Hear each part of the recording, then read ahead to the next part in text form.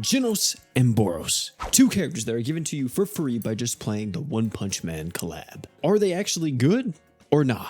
Well, I'm gonna tell you right now, don't get your hopes up too much. These guys are free, but both of them actually have their uses and both are pretty strong in their respected niches, especially Genos because he has one of the strongest buffs in the game, but I'll talk more about that in just a second.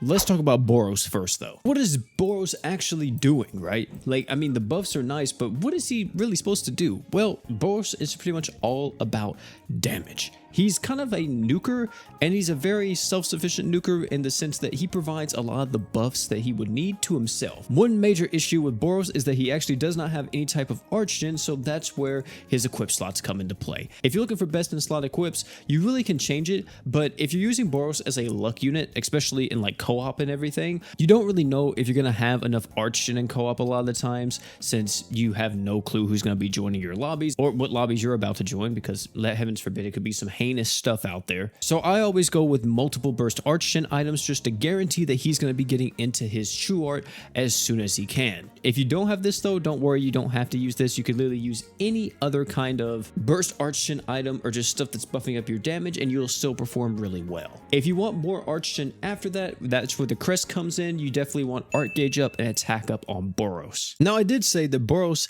is used mainly as a nuker, but he's not a nuker that you want to use against like super hard content, because he probably ain't really going to be doing that, especially if you need a nuke like a crazy in-game boss. And this is actually the nuke team I would be using Boros on if I was going to use him to nuke, you know, whatever I want him to in the game.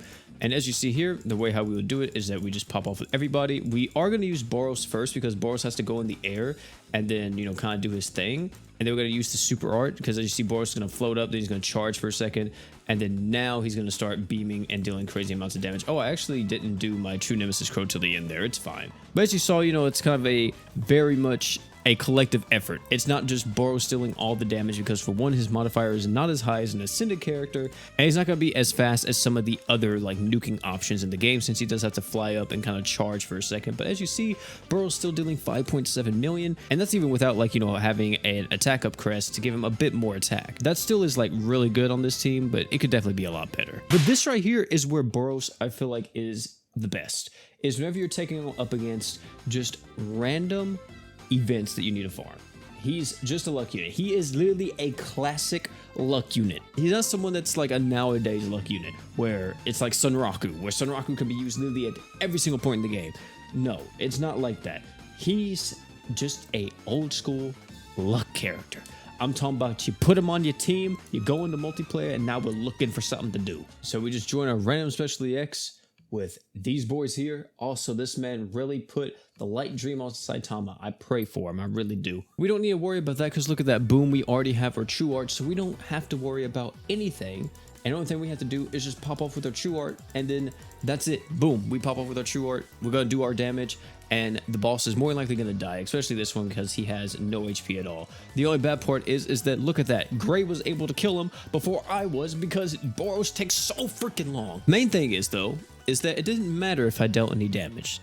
Who cares about dealing damage when you're here for the luck drops? Look at that, extra bonuses. If you're brand new to the game, I'm talking about brand spanking new. Oh my god, that guy's a level 507. Jesus Christ. But if you're brand new to the game and you don't have any type of luck unit, getting a character like Boros is so freaking beneficial. And that's kind of like the extent of Boros. He's not used outside of this. He's just a luck character to farm events, and don't expect him to do anything else. On the opposite end of the spectrum though, you have Genos, which Genos is worse than Boros. But there's one thing that Genos has going for him that no other unit in the game has, and it's one of the strongest buffs in the game. Ladies and gentlemen, what buff am I talking about, right? It has to be a crazy damage buff, some type of crazy nuke that this man has, or something that allows Genos to be so potent.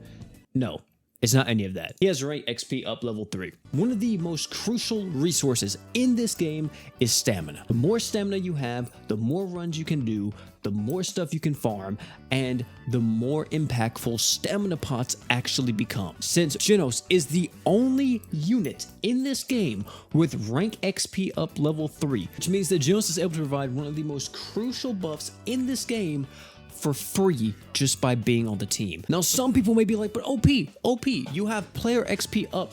You can make any character have more player XP. You're wrong. Valid only when unit is leader. His rank XP is active all the time. And this is so freaking good, because what this allows you to do is that you can run a 3-man team with Genos and 2 other characters when it comes to crest farming. So let's say I wanted to crest Shiro, but I needed to be able to make sure I could form a team that was able to actually clear this fight while also using Genos. Well, I can form that exact team here.